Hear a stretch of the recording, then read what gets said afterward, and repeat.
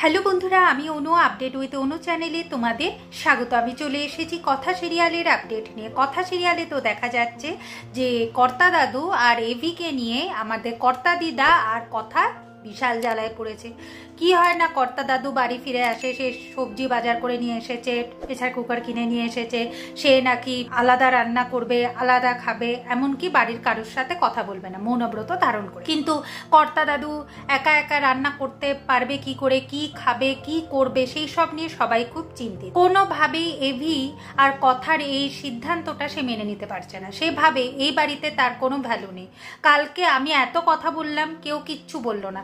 যখন পালের গদা কিছু বললো তখনও কেউ কিছু বললো না। শুধু আমার সম্মানের কথাটা ভাবলো, আমার ডিসিশনের কথাটা কেউ ভাবলো। তাই আজকের থেকে আমি কারোর সাথে কোনো কথা বলবো। এই বলে তো শশীভূষণ গুহ আলাদা হয়ে গেছে।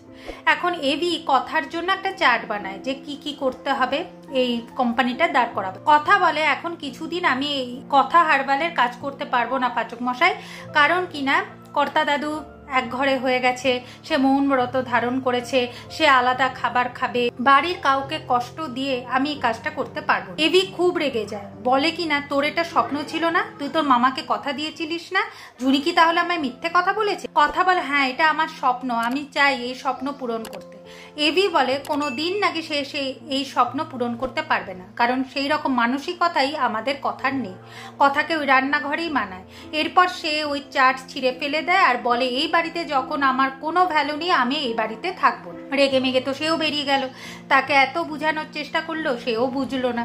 এখন কথা কি করবে? এখন প্রিয়ানি বলে যে কথা আমাদের ব্রো আমাদের হয়ে ফাইট করছে, আর তুমি তার কথা শুনলে না, তুমি তার মুখে তর্ক করলে, তুমি তো এটা ঠিক করনি।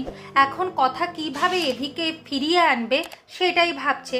অন্যদিকে আমাদের কর্তা দাদু আলু বেগুন কাটছে, তাও আবার হাতুড়ি কাটার এসব দিয়ে, গ্যাসও ঠিকঠাক চালাতে পারছে না, প্রেসার কুকারটাও বসিয়ে রেখেছে। এখন এসে বলে এইভাবে তো আর রান্না হয় না, তাই কর্তা দিদা সমস্ত জিনিস নিয়ে চলে যাচ্ছে। কিন্তু কর্তা দাদু ঠিক করেছে যে আমি এরকম আলাদাই থাকবো আর এর মৌন ব্রত ধারণ করেই থাকবো। ওদেরকে জব্দ করতে গেলে আমাকে এটাই করতে হবে। কথা তো খুব চিন্তিত যে এভিকে কোথায় গেলে খুঁজে পাওয়া যাবে। কোথাও এভির খোঁজ পাওয়া যাচ্ছে না। যে সমস্ত জায়গাগুলো যেতে পারে সেই সমস্ত জায়গাতেও এভির নেই। কর্তা দিদার দৃঢ় বিশ্বাস যে কথাই পারবে তার কর্তা দাদু আর এভিকে সামলাতে। কথা অনেক বড় বড় বিপদ এভাবে সামলেছে, এটাও সামলাতে পারবে। আর কথাও বলে আমি যে করেই হোক পাচক মশাইকে ফিরিয়েও আনবো আর কর্তা দাদুরও মন জয় করবো। আগামী পর্বে দেখা যাচ্ছে যে কথা একটা ক্লু পায়। বড় কর্তা দাদুর মিসড কল আসে কথার ফোনে, আর তাতেই বুঝে যায় যে এই মধুপুর জায়গাতেই এভি থাকতে পারে। তাই মধুপুরে তারা সবাই রওনা দিচ্ছে এভিকে বাড়িতে ফিরিয়ে আনার জন্য। এভাবেই আজকের পর্বটা শেষ হয়ে যাচ্ছে। আশা করি আজকের পর্বটা তোমাদের ভালো লাগবে। ভিডিওটা ভালো লাগলে লাইক শেয়ার ও সাবস্ক্রাইব করে দিও। ভিডিওটা দেখবার জন্য অসংখ্য ধন্যবাদ।